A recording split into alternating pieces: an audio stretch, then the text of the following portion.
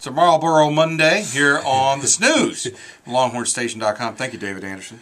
Now their eyes are all watering. Ahmad Brooks and John Medani with you on this Monday. Always a busy weekend, so we always have to try to find a way to whittle away a lot of the subject matter and get to what people are really talking about this morning. And for the most part, it's the fact that the Spurs are done. Not just done, not just beaten. Everybody kind of expected that maybe in the conference finals against the Lakers. No.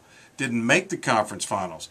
The surprising Phoenix Suns won twice at home, twice in San Antonio, and dispatched of the Spurs in 4 games, just the third time that the Spurs have ever been swept in a 7-game series. And you and I have differing opinions on which of the marquee players may not be back for the Spurs team. I think, towards the end of the season, it was, to me, an indication as to where the Spurs management feel about their point guard position. I ranted about it last week about the fact that Tony Parker shouldn't be coming off of the bench. The guy who's helped you win 3 of your 4 championships as a franchise of recent times shouldn't be coming off of the bench, even if you have a good point guard in George Hill. And Tony Parker, who has an expiring contract going into this summer, it's going to be very tough for them to feel like this guy is going to be worth the money to pay him when you have a guy as productive as a George Hill who latter part of the season was very aggressive, was scoring points. I do think this would be a bad move for the Spurs, and I'll tell you why, because I think that George Hill is a shooter first and not a passer, and if you're going to keep Richard Jefferson, which you're locked in there with money, you're not going to, I don't think you're going to do anything with the, Tim Duncan, who's been the face of your franchise, and then you have Manu Ginobili, who's locked in as well. You need a guy who naturally distributes the ball to those 3 starters, and I just don't think that George Hill is the guy. That being said, I think Tony Parker will find himself in a different uniform, and I think he played his last game in the Spurs uniform on yesterday. You could be right about that, but I think that Tony Parker is the one guy on that team that still has an unstoppable shot, and that's that teardrop shot in the lane. It seems like any time the game starts to get away from the Spurs, Tony Parker will put his head down, work his way around traffic like that picket fence, and he'll throw up that teardrop shot. Sometimes he banks it in, sometimes it floats in. But either way, and sometimes when he misses it, he gets to the free throw line. Either way, crisis averted. Tony Parker, I still think, is the only guy on that Spurs roster that can do that. Now, that said, Chris Paul's a free agent. Are the Spurs better with Chris Paul instead of Tony Parker? Yeah, they are. So not every team is. Yeah.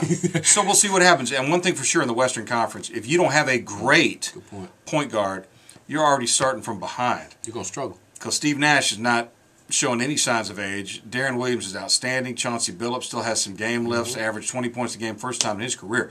So, Brandon Roy. Yeah. The West is low. So we'll see. Russell Westbrook. Hello? They got a lot of guys. Seriously. And Aaron Brooks down in Houston. So you got to have a great point guard in the West. Tim Duncan, the reason I think Tim Duncan might be the guy, I think he's too proud to sit around and take $20 million. He's not that kind of guy. I think he's going to go back and look at these 4 games. And it's not the points and it's not the rebounds. He was productive from that standpoint. It's when he did the things that he did. He was late reacting to the offense. Balls trickling between his legs and out of bounds. Rebounds that he had in his hands that got away. Defensive lapses when he switched on pick and rolls. They just victimized him. They looked for whoever Tim went to. That's the guy that took the shot. Either drove around Tim for the shot or shot over him when he was slow to react. He's just such a proud guy. I don't know unless management can really convince him, hey, we're going to do this, and that doesn't work unless we have you. Then maybe he'll stick around. Otherwise, $40 million for the next 2 years is a whole lot of money. Remember, they're already eating $14 million from Richard Jefferson, which looks like that was a huge mistake. So we'll have to see what happens. Tonight, 2 teams with a chance for the sweep. I assume you think the Lakers are going to wrap it up tonight? I think both teams will. I think the Lakers are poised to do it, and I think Orlando is playing the best basketball in the East. I think all but one series, yours, the Celtics and the Cavs, locked at 2 games apiece. But every other series, I think, in the conference semifinals will be a sweep.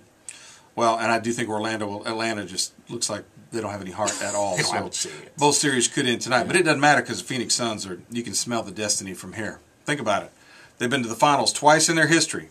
1976, Suns went to the finals, lost to the Celtics. 17 years later, they made it in 93 with Charles Barkley and company, lost to MJ and the Bulls. It's been 17 years again. Every 17 years, the Phoenix Suns go to the NBA Finals. Book it. Not so fast, pal. We'll see what happens. Join us tomorrow morning, 6 a.m. on the Longhorn Station, AM 1300 The Zone.